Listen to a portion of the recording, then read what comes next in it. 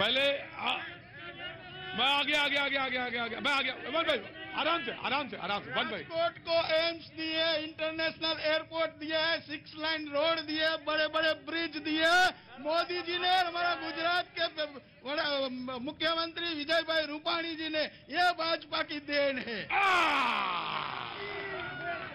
उन्होंने बोला, सुनिए, अरे भाई आराम से कभी कभी सवाल नहीं समझ, कभी भाई एक मिनट रुकिए, कभी कभी सवाल न समझ में आए तो सवाल का जो जवाब होता है उससे जवाब से सवाल समझ में आ जाता है। उन्होंने पूछा था कि अरे भाई ये बताओ, हमने तो जो किया वो किया, तुमने क्या किया ये बताओ। तो ये जवाब इधर था, उधर गुजराती में पूछा गया सवाल था। जी, मुद्दा तो ये है कि ये कई सारे बेरोजगार लोग हैं। पूरे पिछले 5 साल में 22 पेपर फूटे। सब लोग नाम के बारे में राजनीति करते हैं, सब लोग कई बारे में राजनीति करते हैं, लेकिन उसको न्याय कब मिलेगा? न्याय कब मिलेगा? पेपर तो 22 फूटे हैं। जो भी लोग बड़े लोग हैं उसको सिर्फ राजीनामा से किसी को न्याय नहीं मिलता है। कार्यवाही क्या की वो बतानी पड़ती है। जी, जिसको काम नहीं करना है ना, हाँ, तो उसको कुछ नहीं मिलता है। हाँ। पहले आप काम तो कीजिए। सर, यहाँ यूपी से इतने लोग कमाने के लिए आ रहे हैं, बिहार से आ रहे हैं, वो इनको नहीं दिख रहा है, वहाँ रोजगार नहीं दिख रहा है। काम करेंगे ना तो सब आएगा भैया। ये गुजरात है और ये मोदी का गुजरात है। पहले काम तो कीजिए। बाबूजी नमस्ते। आइए इधर आइए, कैसे हैं आप? हाँ, बहुत अच्छी टोपी लगाई है आपने। ये तो टोपी तो मराठी लगती है। महाराज हूँ। आप मराठा के हैं? मराठी हैं, तो आगे आइए थोड़ा सा। तो यहीं रहते हैं आप? राजकोट में रहते। राजकोट में कितने बरस हो गए? हाँ, कितने बरस हो गए यहाँ पे? बढ़िया है। नहीं, मैं कह रहा हूँ कितने सालों से रह रहे हैं यहाँ से 45 साल से। 41 साल? 45, 24 साल? 45, 45 साल से रह रहे हैं। तो जी, आपका मुद्दा क्या है, आपकी बात क्या है, मैं जानना चाहता हूँ। बढ़िया है, कोई गरीबी नहीं है, सब अच्छा है। कोई गरीबी नहीं है? नहीं है, सब अच्छा है। सब मेहनत करते हैं, सब कमाते हैं। वो तो मजदूर भाई कह रहा है, देखो कितना कमाते हैं ना, मेहनत करके क्या कमाते हैं ना।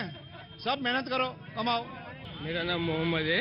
मोहम्मद? हाँ, मैं ये बताना चाहता हूँ कि मोहम्मद भाई क्या काम करते हैं आप? मैं मजदूरी देख लो। हाँ, मैं समझ गया, मैंने हाथ आपकी देख लो, अगले 5 साल ये भी नहीं रहेगी। अगर भाजपा आई तो देख लो, एक नगरी ये भी उतर जाएगा। ये भी नहीं चला जाएगा, ये भी कहीं भाजपा आ गई। हाँ, ऐसा क्यों कहते हैं आप मोहम्मद भाई? नहीं देख रहे हो, महंगाई का मुँह नहीं बोल रहे हमारे प्रधानमंत्री।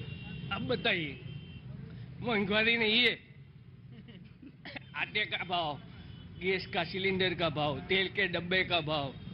अब बताइए, स्कूल की फी, मेरी बच्ची है, मैं देख सकते हो कैसे पढ़ा सकता हूँ उसको अच्छी स्कूल में। क्या मजदूरी करते, क्या काम करते हैं आप?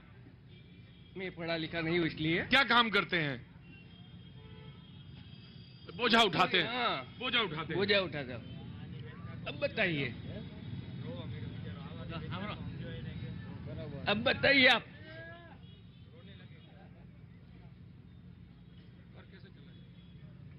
अब समझ जाइए, छोटे परिवार के लोग होते हैं, उसको घर चलाना कितना मुश्किल होता है, ये बड़े लोग को समझ में नहीं आता है। जनता की बात ये लोग को समझ में नहीं आती। पीठ में दर्द होता है, फिर भी काम करना पड़ता है। कहाँ जाएंगे? घर तो चलाना पड़ता है। कोई 2 नंबर का धंधा तो आता नहीं हमको। वो भाई ने बताया, अच्छा है, उसको क्या काम करते पूछो नहीं। हाथ देखते, क्या देखते?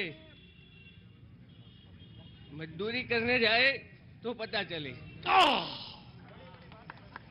आ रहा हूं हुजूर, आ रहा हूं, आप ही के पास आ रहा हूं। जिस्म झुककर बोझ से दोहरा हुआ होगा। बोले मेरे पीठ में दर्द होता है। जिस्म झुककर बोझ से दोहरा हुआ होगा। मैं सजदे में नहीं था, आपको धोखा हुआ होगा। मैं जानता हूं भाई, महंगाई है, इसमें 2 राय नहीं। और मैं जानता हूं, थैंक यू कहने की जरूरत नहीं है। मैं वो पत्रकार नहीं हूं जिसको आप कहते हैं। लेकिन मुझे मालूम है महंगाई है, और मुझे मालूम बाबा दादा आपको राजनीति दिख रही होगी चश्मे से, मुझे राजनीति नहीं दिखती। आप, और मुझे यह भी मालूम है कि अगर ये नहीं आप आ गए तो क्या होगा, क्या ये बदल जाएंगे? जी मैं आया। हाँ जी, आप उठा रहे थे जी। यस सर, बोलिए। मुझे ये बोलना है कि अगर चपरासी की भी नौकरी कोई बंदा लेने जाएगा तो उसका आप एजुकेशन देखेंगे, तलाटी होगा, कांस्टेबल होगा। वो कह रहे हैं मैं पढ़ा लिखा नहीं हूँ। मेरी बात सुनिए, तो हम जिसको वोट डालने जाएंगे उसका भी एजुकेशन देखना चाहिए ना। हम उसको 1.5 लाख की नौकरी क्यों दे? एमएलए का सैलरी 1.5 लाख है हर महीने का। उसके बाद 5 साल उसको पेंशन मिलेगी। जो 12 पास नहीं है, जिसने कुछ किया नहीं है, 5 साल के बाद वोट लेने के बाद 5 साल दिखने वाला नहीं है, यहाँ का तो कॉर्पोरेटर भी काम नहीं करता है, तो उसको वोट क्यों दे? हाँ मुकेश भाई, पूछो ने हमारे केवल जरूर नहीं। आराम से वन बाय वन। अभी रह गया बात, मैं वन बाय वन आराम से। हाँ जी। कांस्टेबल की नौकरी को 19,500 5 साल आप फिक्स देंगे, और ये जो एमएलए बनेंगे उसको सब फ्री में देंगे, 1.5 लाख रुपया तनख्वाह देंगे, तो ये क्या हमारे कहाँ से पैसा कहाँ से आएगा? हमारे पैसे है ना, हम भी टैक्स देते हैं, इनकम टैक्स नहीं देते, लेकिन इनडायरेक्ट टैक्स तो देते हैं ना। पार्ले जी का 5 रुपए का बिस्किट लेंगे ना, उसके ऊपर भी हम टैक्स देते हैं भाई। तो ये सब किधर से आएगा? तो मेरा ये है कि जो आदमी पढ़ा लिखा हो, जिसको नॉलेज हो, उसको वोट देना चाहिए, ना कि ये दोनों पार्टी को। ना कि इन दोनों पार्टियों को। बड़ी देर में पत्ता खुला लेकिन खुल गया। नहीं, कोई बुराई नहीं, अच्छी बात है, उन्होंने अच्छी बात कही, अपनी मन की बात कही, और इनको कहने का हक है। हमारे जर्नलिस्ट हैं न्यूज 18 के, इनसे मैं जानना चाहता हूं, फिर मैं आप दोनों के पास शार्प रिएक्शन के लिए आता हूं। और ये मैं जानना चाहता हूं कि राजकोट की स्थिति क्या है सौराष्ट्र में, और राजकोट कितना महत्वपूर्ण है, कितना इंपॉर्टेंट है पूरे इलेक्शन के प्रोसेस में। अगर बात की जाए तो ये आजी डैम, आजी जो नदी है, पूरा ये राजकोट है जो दो, एक पूर्वी इलाका और एक पश्चिमी इलाका। ये मतलब पूर्वी इलाका है जो पश्चिमी इलाके से कंपैरिजन में यहाँ पर विकास कम हुआ है, और जितना विकास हुआ है वो हम कह सकते हैं। यहाँ पर एक सिविल हॉस्पिटल चौक में ब्रिज बना गया, जब उसका टेंडरिंग हुआ 59 करोड़ थी, जब उसका लॉन्चिंग हुआ तब 108 करोड़ तक उसकी लागत पहुंच गई। ये महंगा विकास लोग नहीं चाह रहे। यहाँ पर कोरोना की वैक्सीन भी लोगों को मिली है, मगर जो कोरोना में रोज की जो लोगों की बॉडी जिस तरह से मर रहे थे लोग, जिस तरह से वीडियो सामने आ रहे थे, वो कहीं ना कहीं दर्दनाक थे। और एक मैं आपको बात बता रहा हूँ, जैसे ही कि हमारा शो शुरू हुआ, बात पाटीदार पर हुई। हम मानते हैं राजकोट शहर और जिले की बात की जाए तो कुल 8 सीट है।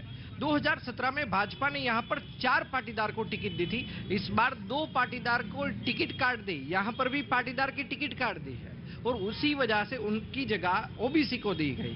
और एक बात, यहाँ पर जिस तरह से अहमदाबाद में साबरमती रिवर फ्रंट बन चुका है, यहाँ पर 1 दशक से बात हो रही है कि हम रिवर फ्रंट बनाएंगे, कोई नहीं हुआ, कुछ कामकाज नहीं हुआ। हालांकि अभी 84 करोड़ की जो ग्रांट है वो मंजूर हो गई है। रिवर फ्रंट कब बनेगा वो हमको पता नहीं। रिवर फ्रंट कब बनेगा? पत्रकार है, इन्होंने ईमानदारी के साथ तमाम सारी बातें रख दी। मैं पूछता हूँ, मैं कांग्रेस से मित्रों से पूछना चाहता हूँ। कांग्रेस के मित्रों से बहुत नाराज हैं आप कांग्रेस से? अरे बाप रे बाप। मित्रों से पूछना चाह रहा हूँ, 2012 में आपका कैंडिडेट जीता था, 68 में एक काम तो बताइए विकास का किया है, एक काम बताए। एक गटर भी निकाला है। अब भाजपा की देन है कि वंदे मातरम, भारत माता की जय अब बोलने लगे। पहले बोले भाजपा ने आपको सिखा दिया वंदे मातरम, भारत माता की जय, आप बोलते ही नहीं थे। वो मैंने पहले आपको जवाब दे दिया। हाँ जी। वो कोई उसकी कोई इंटेलेक्चुअल प्रॉपर्टी आईपी नहीं है। हाँ जी। वंदे मातरम और भारत माता। हाँ जी। अब वो भाई साहब जो बात कर रहे हैं, हाँ जी, आप पूछे उससे हाँ। कि 2012 में यहाँ पर डांडिया रस कभी हुआ है? लेडीज कभी यहाँ पर डांडिया रस खेलने बाहर निकल सकती थी कि नहीं? नंबर 1 उसका रीजन था यहाँ पर गुंडागिरी, लुखागिरी और सबकी दादागिरी चल रही थी। हमारे जो एमएलए इंद्रनील भाई जो है, उसने कोई ऐसा धोखा नहीं उठाया, लेकिन पुलिस तंत्र के साथ उसने कोई साठगांठ नहीं की। इसको पुलिस ने बोला कि यहाँ की लुखागिरी और गुंडागिरी बंद होनी चाहिए, और सबसे बड़ा इश्यू यहाँ का था। नंबर 1 आया इसी में जवाब।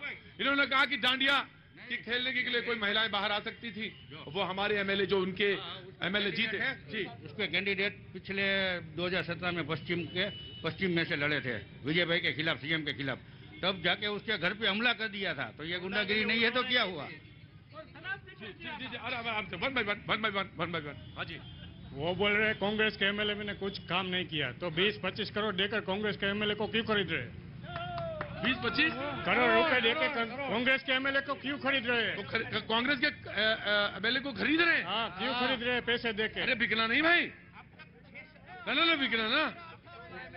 अच्छी बात तो साफ ये है कि भाजपा के लोग को, अरे रुको, मसाला खा के चैन आ गया तुम्हें? हाँ, बात तो सच में ये है कि भाजपा के लोग को राजनीति करनी नहीं आती है। ये सब तो बाराती है, दूल्हा तो कांग्रेस वाला ही